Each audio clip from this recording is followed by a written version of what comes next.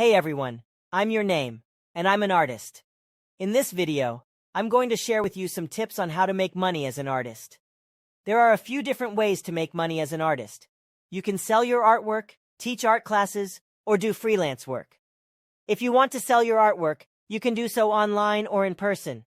There are a number of online marketplaces where you can sell your work, such as Etsy and ArtStation. You can also sell your work at art fairs and galleries. If you want to teach art classes, you can do so at a local community college, art school, or even online. There are a number of websites that allow you to create and sell your own online art classes. If you want to do freelance work, you can find clients who need help with graphic design, illustration, or other creative projects. There are a number of websites that connect artists with potential clients, such as Upwork and Fiverr. Making money as an artist can be challenging, but it's definitely possible. By following the tips in this video, you can increase your chances of success. Thanks for watching.